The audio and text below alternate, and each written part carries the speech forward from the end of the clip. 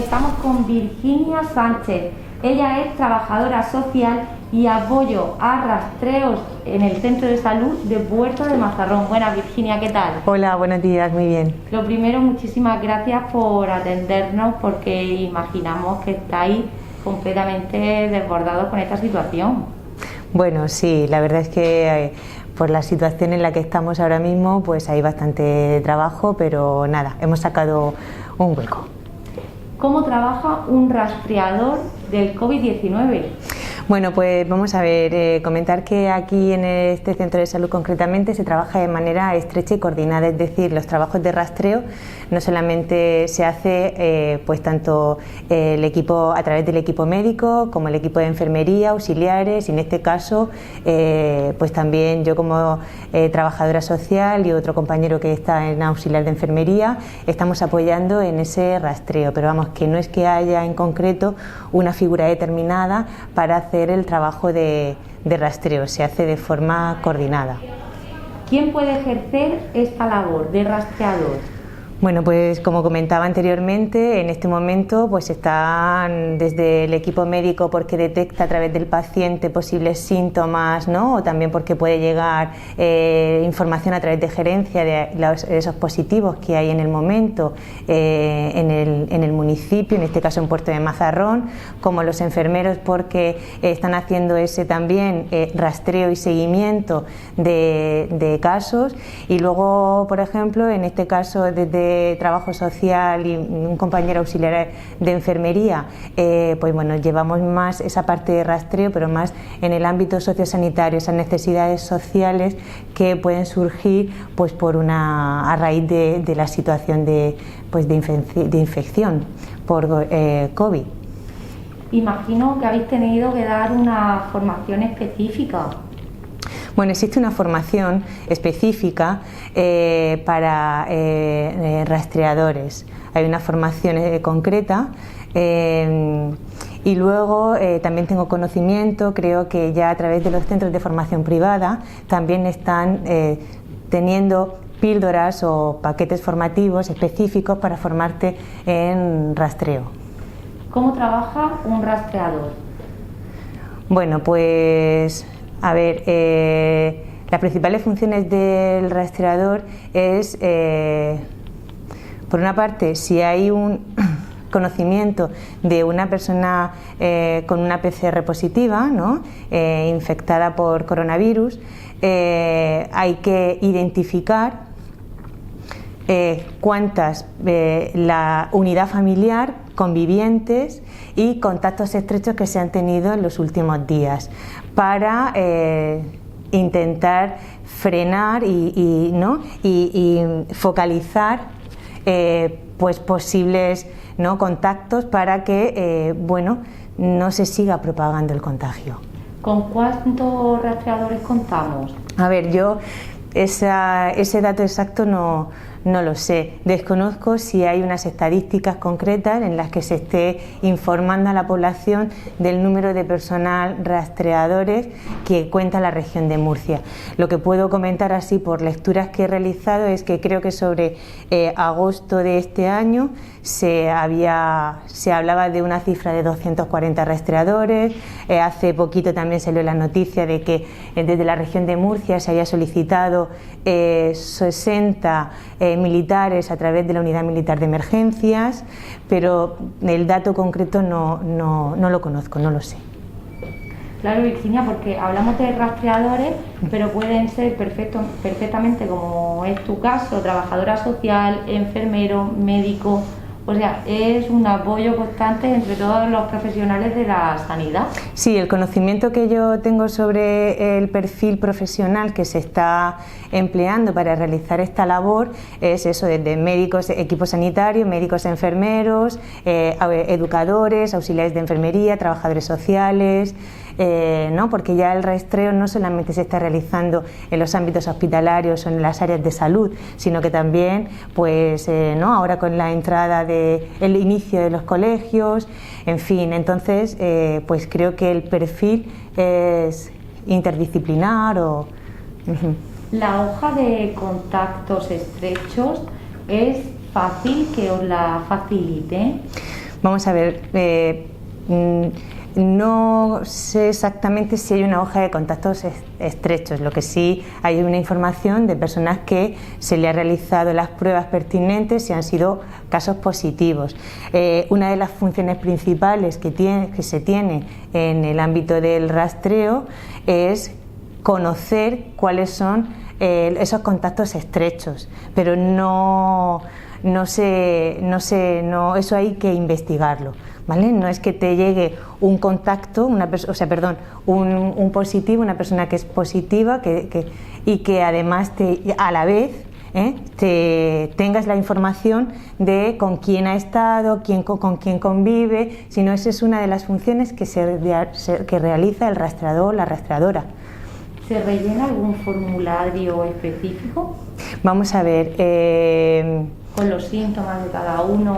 Entiendo que desde el ámbito, nosotros desde el ámbito social sí que tenemos un informe sociosanitario donde identificamos los datos de la persona, del paciente, pues eso, el domicilio, si está trabajando, ingresos, unidad familiar, contactos, situación social que pueda presentar en ese momento y cuando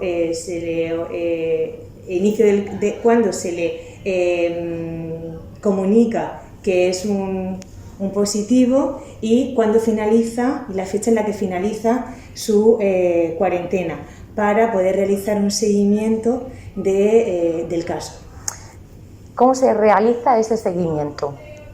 Bueno, pues ese seguimiento dependiendo del caso, ¿no? Pero, por ejemplo, si tenemos un paciente, una familia que necesita, por la situación sociosanitaria que presenta, necesita pues apoyo para la alimentación o necesita apoyo porque no puede salir, está en aislamiento, está en cuarentena y necesita apoyo para la compra de medicación, gestiones que pueda realizar, algún tipo de gestión en la cual tendría que ir a la institución, pero en ese momento no puede. Pues lo que se hace es trabajar de manera coordinada, en este caso con servicios sociales y principalmente estamos trabajando muy bien también con Cruz Roja y con las instituciones públicas y privadas que hay con la que cuenta el municipio.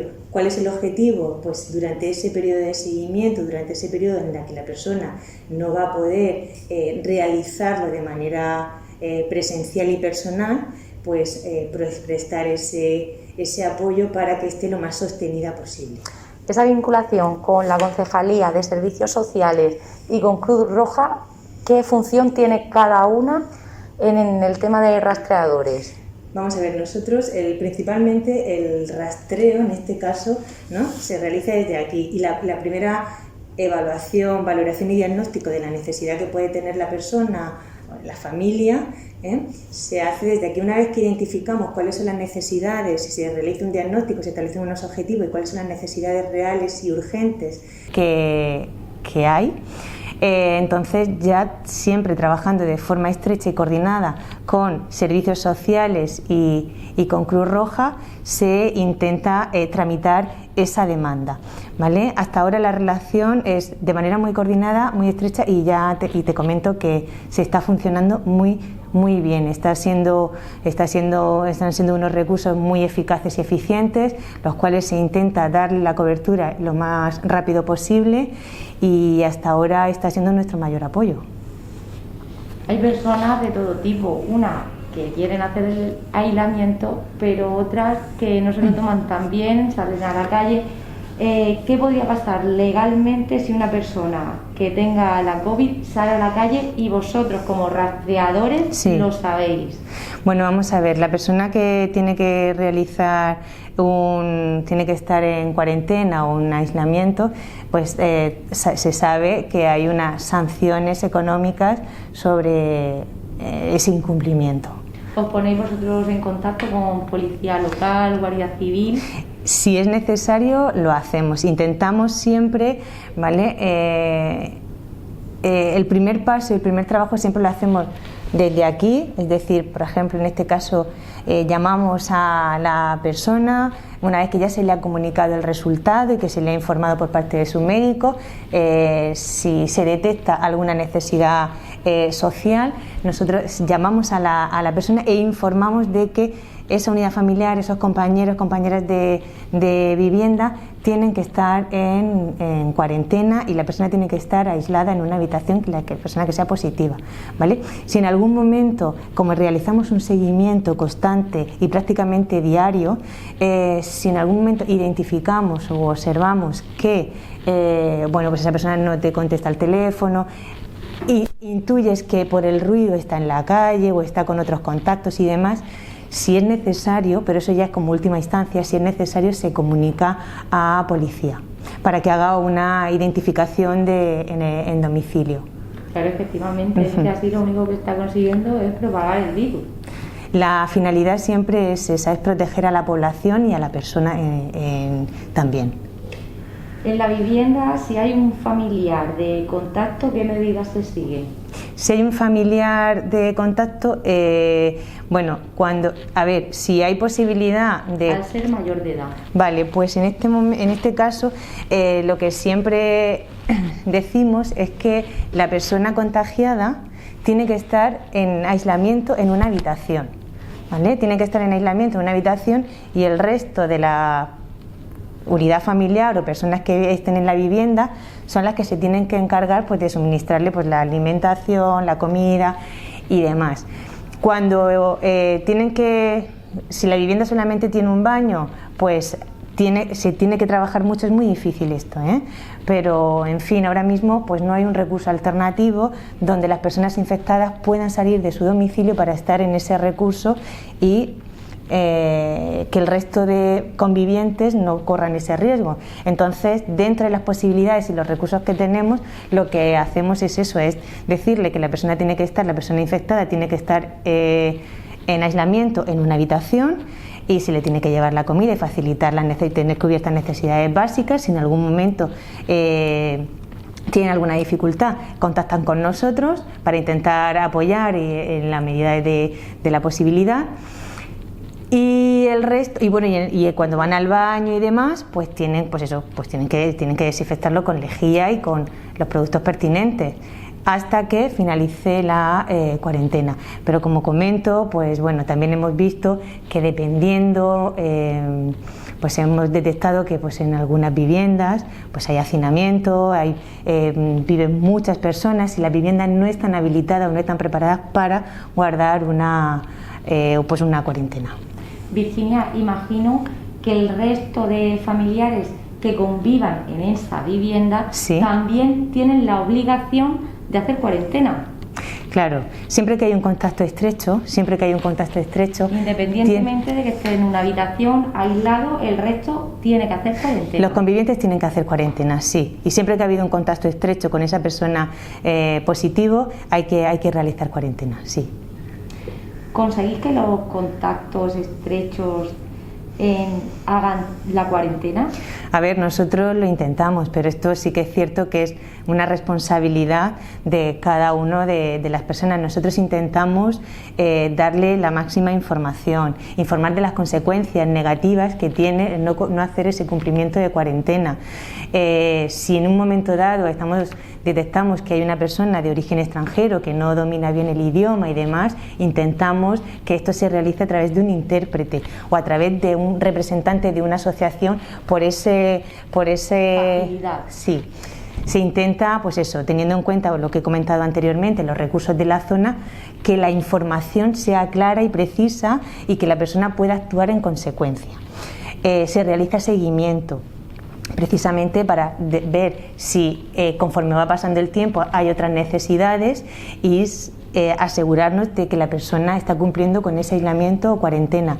Pero como comento, esta responsabilidad es de cada uno. La PCR se le realiza a los familiares más cercanos. En caso de dar negativo, ¿se le vuelve a realizar a la semana siguiente o tienen que hacer la cuarentena, no salir de casa y no se le realizan más PCR? Vamos a ver, no por el mero hecho de ser familiar se realiza una prueba.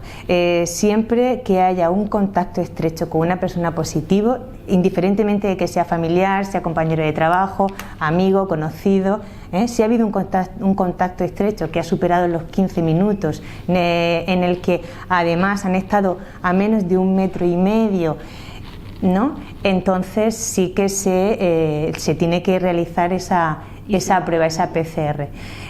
Los protocolos están cambiando constantemente y esto es un dato que quizá el médico y los enfermeros saben más que yo, pero por lo que tengo entendido ya esa segunda PCR creo que no se realiza, ¿vale? Pero esto ya es un dato que, bueno, que eso en general, que nadie se preocupe por esto, porque ya os digo que los médicos y enfermeros son los que realmente están más informados de estos protocolos y se actúa en responsabilidad y según los protocolos establecidos.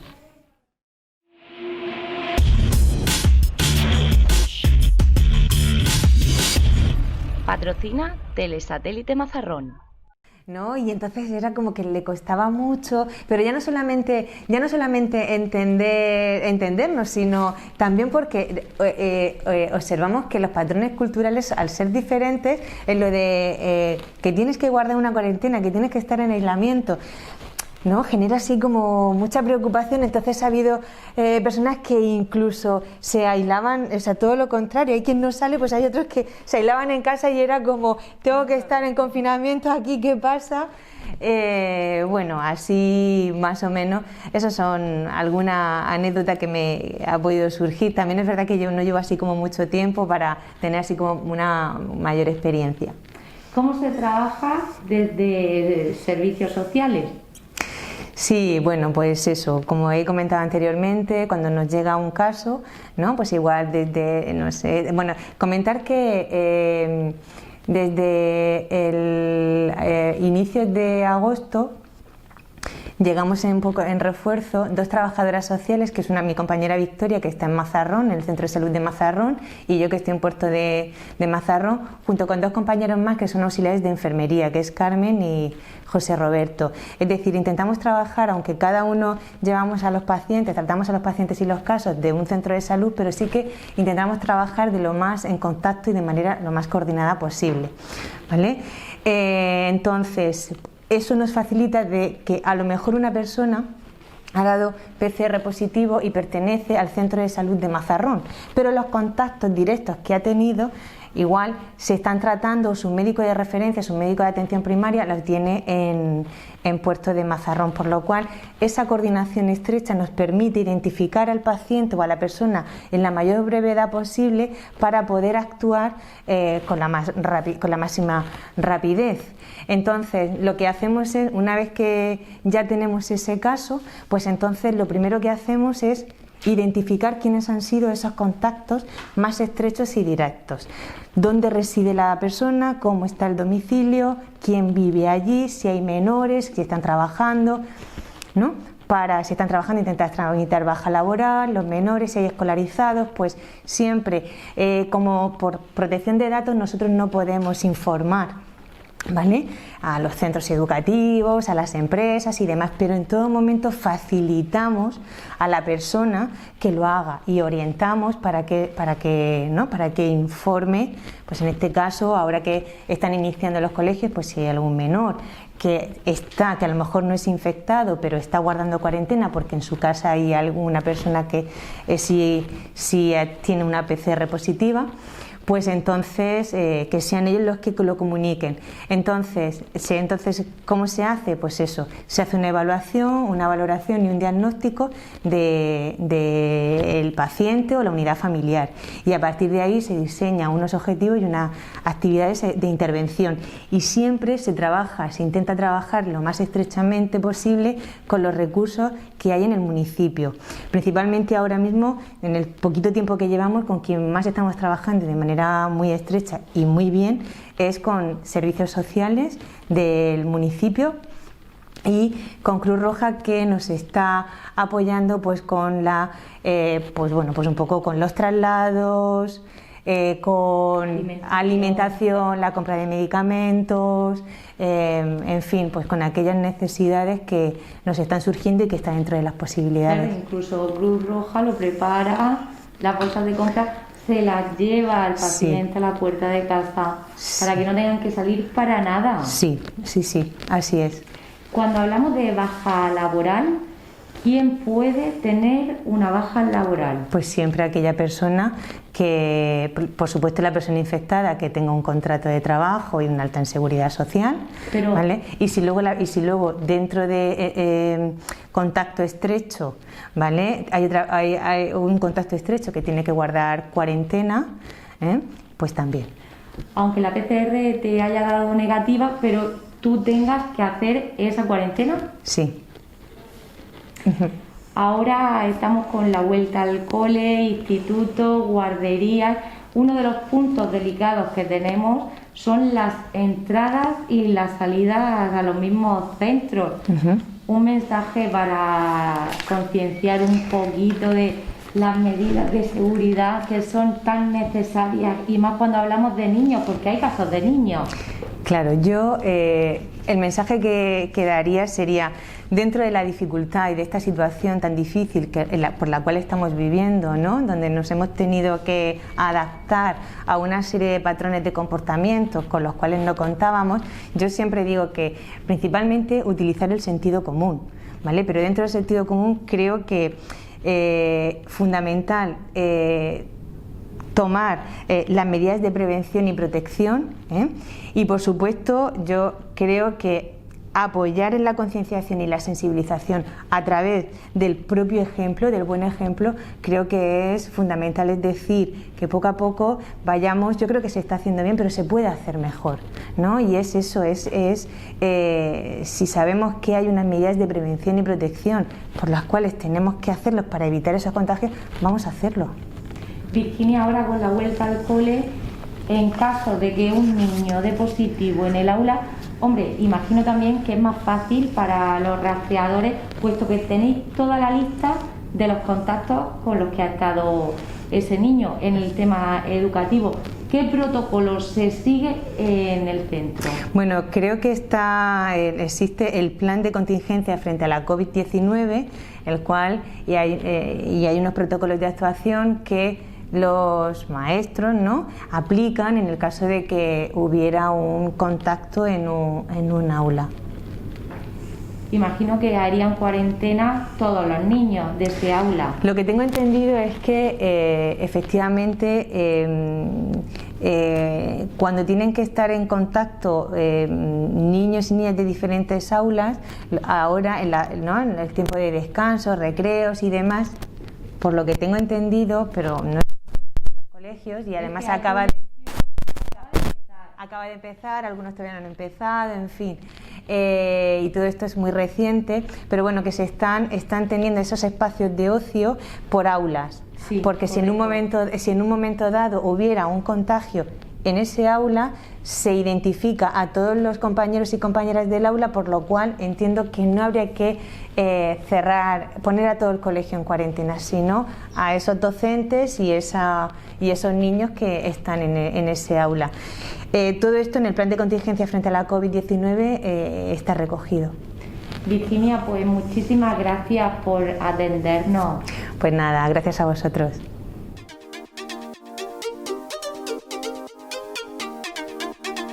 Por supuesto, un aplauso por los trabajadores de la salud. Es un gesto de aclamación, reconocimiento y gratitud hacia todos los profesionales sanitarios en homenaje a su labor durante esta pandemia que estamos viviendo, la COVID-19.